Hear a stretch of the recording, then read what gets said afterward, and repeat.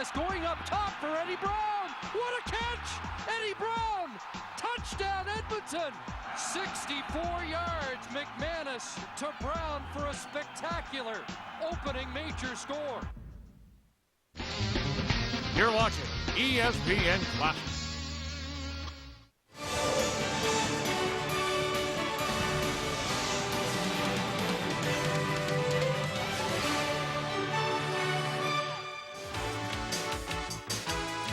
After a Grey Cup appearance last year and a 6-game win streak this season, these Toronto Argonauts are being favorably compared to Leo Cahill's 1971 Toronto team that included stars like Joe Theismann, Leon McQuaid, Jim Corrigal, and Jim Stillwagon.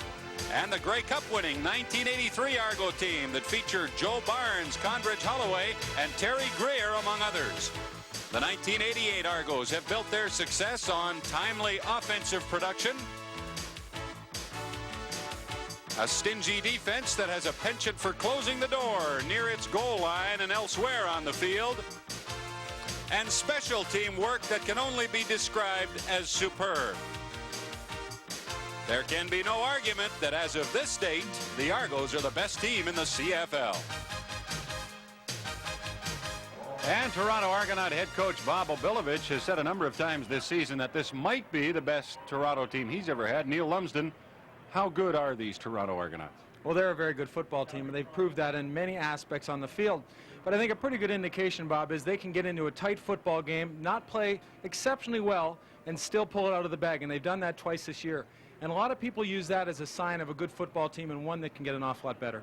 Not many teams in the league have played better in the last 4 weeks than Calgary, but nearly only have 2 wins to show for those 4 weeks. They're 2-5. Pressure on them tonight.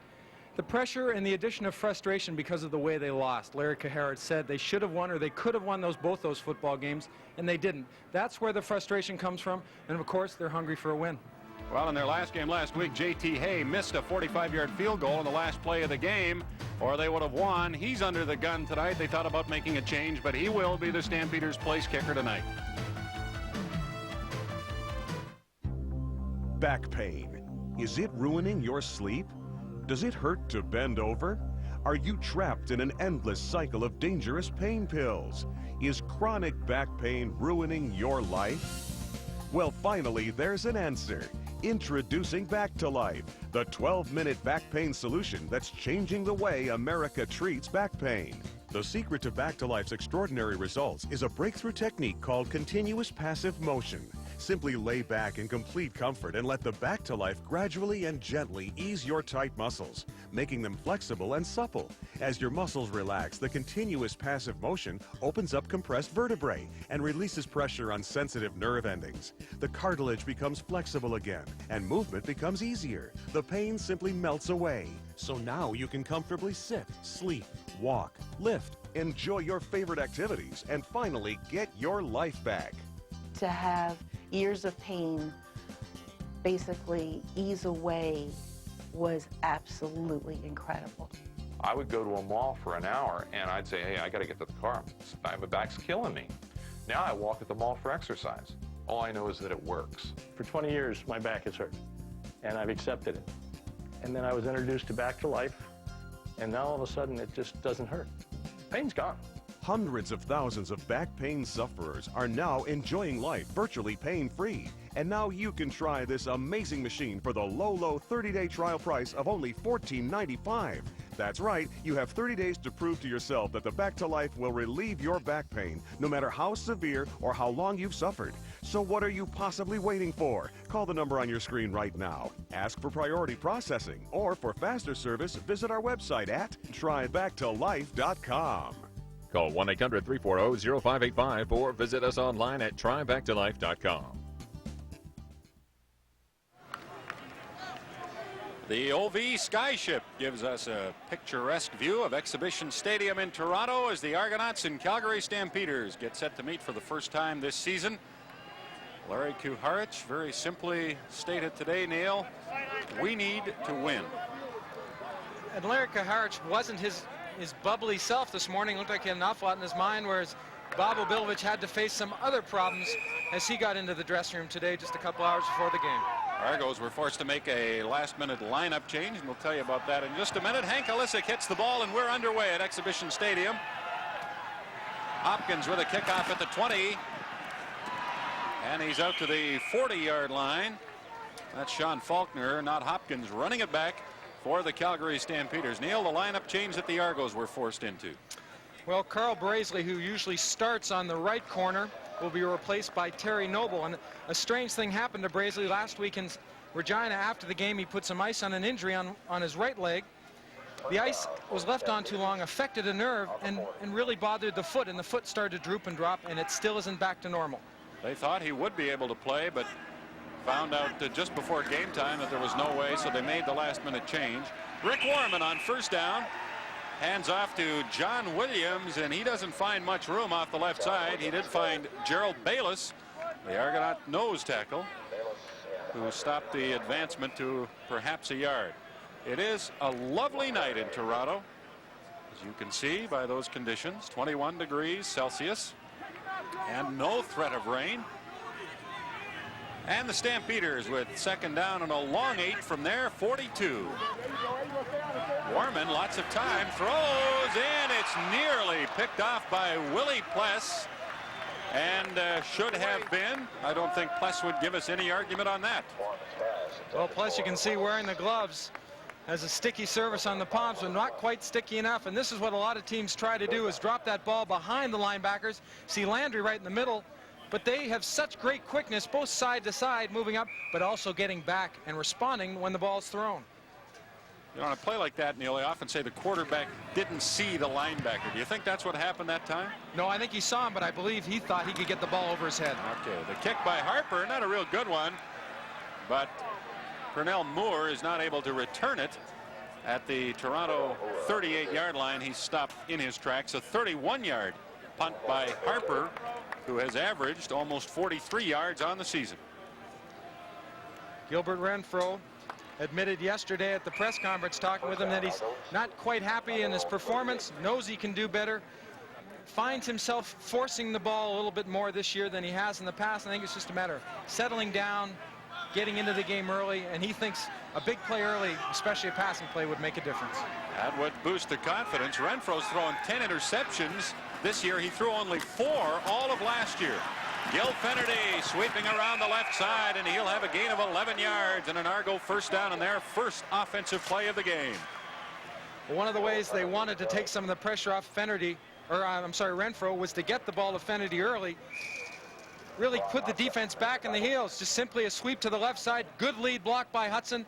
Fennerty's quickness gets him to the outside, and number 80, Jeff Boyd, putting the block downfield on Ron Hopkins, allows Fennerty to get the first down. Puts Fennerty over 500 yards, rushing on the season. First down and 10 Argos. From there, 49. Fennerty again with it, and he has another 11 yards, this time to the Stampeder 50. Well, Bob, success with the running game early will definitely help the passing game. See him cradle that ball well. Just nice cut straight upfield. Good job of blocking downfield on Ford. He's allowed to pretty much get into the secondary before he's touched. And we know from talking with Larry Kuharich today that the Stampeders were looking for Gil Fennerty, as do all teams. As a matter of fact, Kuharich paid him the ultimate compliment. He said he is the Toronto franchise, at least on offense. Well, he also said that whenever Toronto gets in trouble, whether it be throwing the football or in a tight situation where they have to run it, they always either dump the ball to Gil Fennerty or hand it to him. That's quite, as you said, that's not only a compliment from Kuharich, but from the offensive team that have faith in him to do that much work.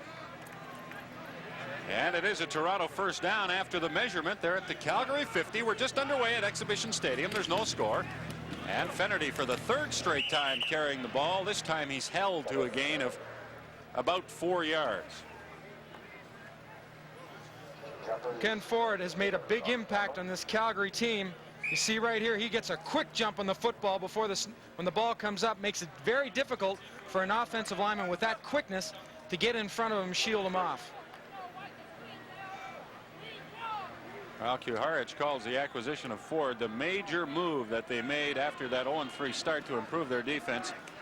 Really pleased with the impact Ford has made. Renfro sprinting left on this 2nd and 6, and he'll get knocked out of bounds at the Calgary 44-yard line, 4 yards short of an Argonaut first down. Kenny Ford, one of the men over there to stop Renfro. You talked about impact that he's made on defense. He's made some pretty good impact on players.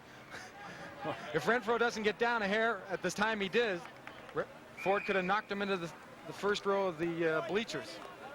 Well, had Renfro decided to take Kenny Ford on there, he would have come out second best, I'm afraid. He wisely hit the dust and missed the impact of that hit. Third down and about 4.5 from the Calgary 45. Elisic will try to angle it to the sideline and does. It's caught by Holloway out of bounds, and they'll mark it out at the Stampeder 11-yard line. Watching Hank Elisic warm up before the game, there doesn't seem to be much of a wind down around field level and even up to the top of the goalpost. But after it goes past that point, a slight breeze can hold the ball up, and I think we're going to see that as the game goes on. Well, there'll be tricky winds come off that lake, and I would say, Neil, that in this first quarter, as you pointed out earlier, it looks like what wind there is the Argos are going into. They're asking Elisic to place his kicks more this year, and his average has suffered in recent weeks because of that. It's 44-2 on the season, which is good, but not quite up to Elisic's very high standards. Tim Petros carrying on first down for the Stampeders, and he is stopped after a gain of 1 or 2. Petros and John Williams playing his second game in the backfield with Rick Warman. The receiving corps that relies so heavily on Tolbert and Willis. The quarterbacks rely on them to catch most of the footballs. And a change in the offensive line. Watson replacing Rob Smith, who was moved out to right tackle because of an injury to Sean McEwen. Rick Warman and the Stamps 2nd and 8 at their 13-yard line.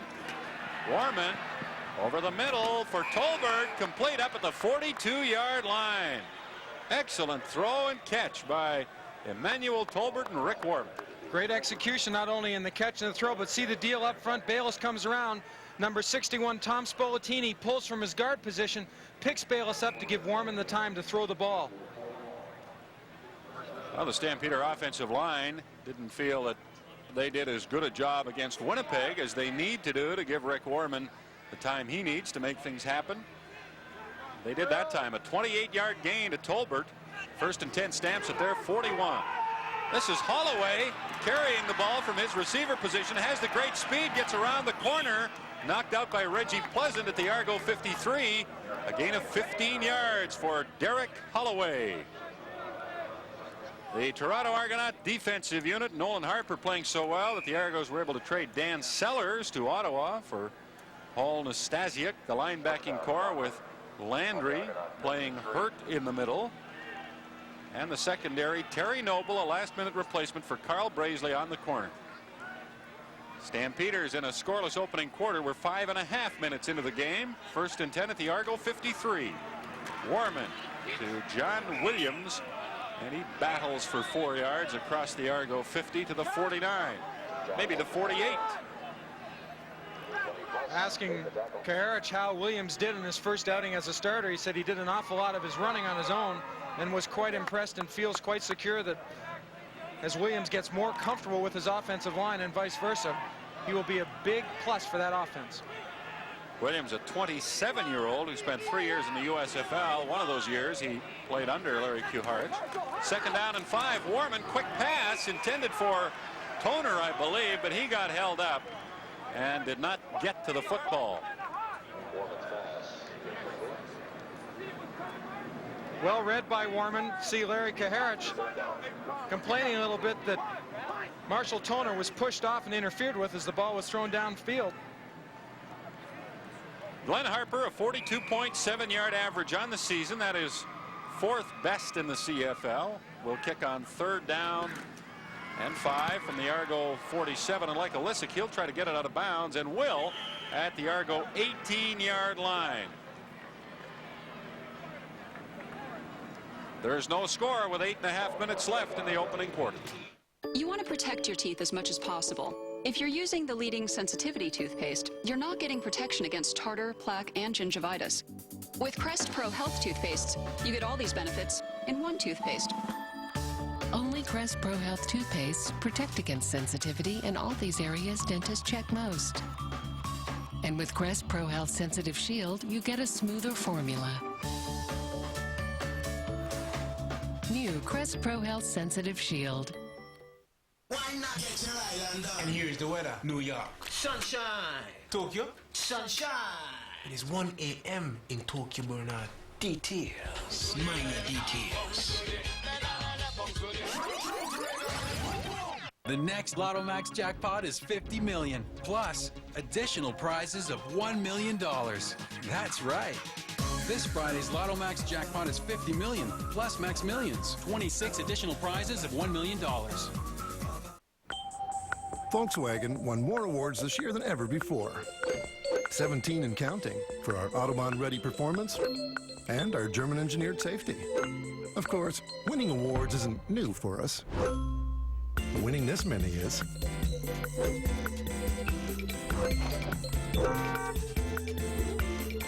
Come and discover your own award winner during Volksfest. With 0% APR up to 66 months on all 2010 Jetta models. It's hard to tell just one story. They patrol the waters, defend the high seas and the depths. They stand in harm's way and clear a path for new shipmates. They've been the first to the rescue and the last to leave the fight. Imagine the stories you'd tell if you sailed for 100 years. 100 years of the Navy, one way to honor them. Visit mint.ca/Navy or look for the coin in your change. A couple of young gentlemen who have an affinity for the New York Yankees, it appears, in attendance at Exhibition Stadium, watching the Argos and Stampeders, and right adjacent to the football stadium is the Canadian National Exhibition in full swing. And this game is 6.5 minutes old, and there's no score. The Argonauts, after a 30-yard Glenn Harper punter, 1st and 10 at their 18. The toss to Fennerty right side. He's to the 25 and breaks it up to the 37 or 38 with a nifty inside move as he waited for his blocking to set up. Well, you don't you don't have a good sweep without a good lead block. And watch Hudson put the shoulder down, just buried number 95 Lamont Jeffers, who's coming up from his linebacker spot. And then, as usual, Fennerty can be left on his own downfield to make some more yardage. Fennerty had it in about 3 different gears on that run, and he got up to his 38-yard line.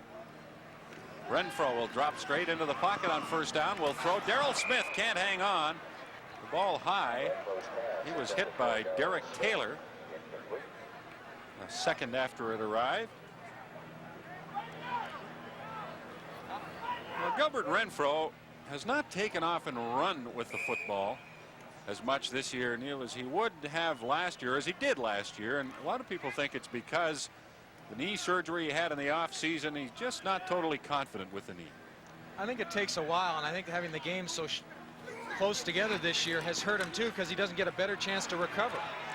He's looking for Darrell Smith, who's wide open at the Calgary 40, and Smith is to the 29 of the Stampeders.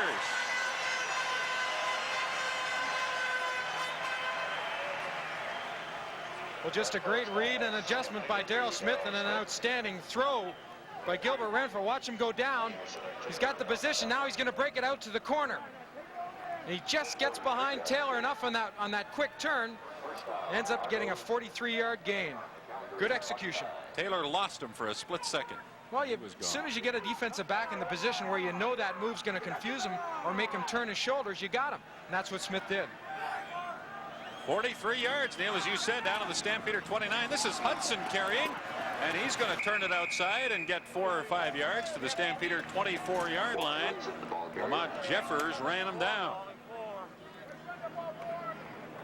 Renfro starting at quarterback again after giving way to John Kangemi last week. Barrett's the backup quarterback tonight. The receiving core with Jeff Boyd having only 1 catch last week, and the offensive line with a change there. Kardash playing at right guard. The Argonauts have all sorts of little nicks on their offensive line. Renfro throws complete to Boyd at the 17-yard line of the Stampeders, and that looks like it'll be a Toronto 1st down. Well, that offensive line had to be a bit of a concern for the Arrows coming into the game. As you said, they're all a little bit nicked up except Ian Beckstead at the center. Randy Ambrosi, who usually starts at right guard, pulled a back muscle this week in practice in a very innocent drill. So they've got Bob Skemp backing up, who is also a little bit injured, and Blaine Schmidt. Argos, 1st and 10 at the Stampeder 15.5. Gil Fennerty hit by Kenny Ford after a gain of perhaps a yard. 5.5 minutes left in the opening quarter at Exhibition Stadium. There's no score, but the Toronto Argonauts are looking very serious about changing that situation. See, this time Jeffers gets up the field a little bit further and stands up instead of taking Warren Hudson on. So really makes Fennerty slow down and look for a spot where normally the man would have been knocked down, allowed Ford to fill the gap, make the hit and the tackle. 2nd and 9 Argos. Stampeder 15. Renfro, touchdown to Fennerty.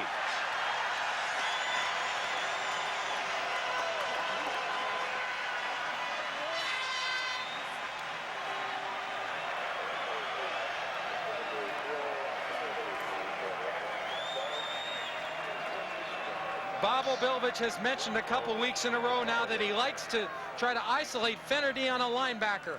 And I believe he gets that matchup with middle linebacker Matt Finley having to go with the running back out of the backfield. You see Finley trailing. That's a tough job, I'm sure. Taking a running back to the flat and then having to fall him upfield isn't easy if you don't get some help. A 7-play, 92-yard drive culminates with a touchdown. The Argos are in front. Argos lead 7-0. Falls are the #1 cause of injury to senior citizens. Falling down stairs can be disastrous. Acorn Stairlifts has a solution. Just don't fall. Sit, relax, ride with an Acorn Stairlift, the world's leader in stairlifts. That's right. Don't let limited mobility keep you from going up and down your stairs, even outside. Call Acorn Stairlifts now for a free information kit and no obligation quote. Now you can safely ride with your Acorn Stairlift. Now I don't have to worry about him climbing those stairs again. And our Acorn Stairlift was very affordable. Our Acorn Stairlift is definitely more affordable than moving. The Acorn Stairlift has a padded seat and backrest for maximum comfort. It easily folds up for access to the stairway. 5 safety sensors stop your Acorn Stairlift if there's something in the way. And it even runs during power outages. And I'm the king of my own castle again. You'll be working directly with the world's leader in stairlifts. That's right, there's no middleman. Acorn's trained technicians professionally install your stairlift directly to the staircase, in most cases in 2 hours or less, with no need for special construction. We don't leave until you're completely comfortable using your Acorn Stairlift. Don't risk a serious fall down the stairs. I was really surprised at how little they cost. Call for your free no-obligation information kit and quote from Acorn Stairlifts. Just don't fall. Safely ride up and down your steps. Give your life a lift with an Acorn Stairlift. Call 1-866-981-6347 for your free, no-obligation information. That number again is 1-866-981-6347. 1-866-981-6347. Call now. Call now. The Toronto Argonauts lead Calgary 7-0, 3:48 left in the opening quarter. The Argos have won 6 straight games, which ties their modern era club record.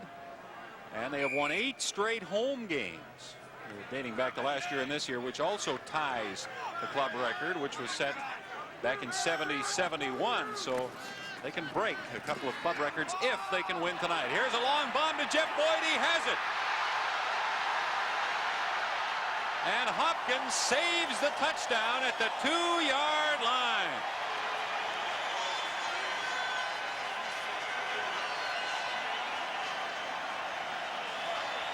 Jeff Boyd, who admittedly didn't play very well last week in Regina, has exploded here. An outstanding throw.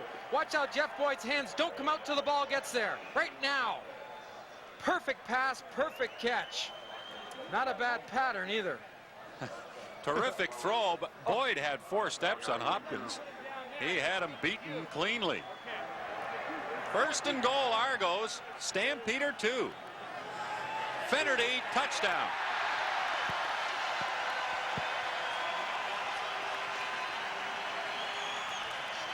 Boy, they made that look easy. Well, it almost makes you say, uh-oh. The Argonauts have been talking about not getting the explosiveness that they expected out of their offense. If you can get down there in that short a period of time with one play, there's no question that number 6 is going to get it in the end zone for you. 2 plays, 80 yards. Finnerty's second touchdown of the opening quarter, his 10th of the season. And a Lance Chomick convert with Soroska holding and a high snap. Soroska does a good job of getting it down. Will make it 14-0 Toronto with 2:48 left in the opening quarter. Jeff Boyd, the man who set up the touchdown. Neil, here's a team that's 6-1 and yet is so upset and disturbed by its offensive production. They changed quarterbacks this week, putting Barrett in for Kangemi, but Renfro looks better tonight than I've seen him all year.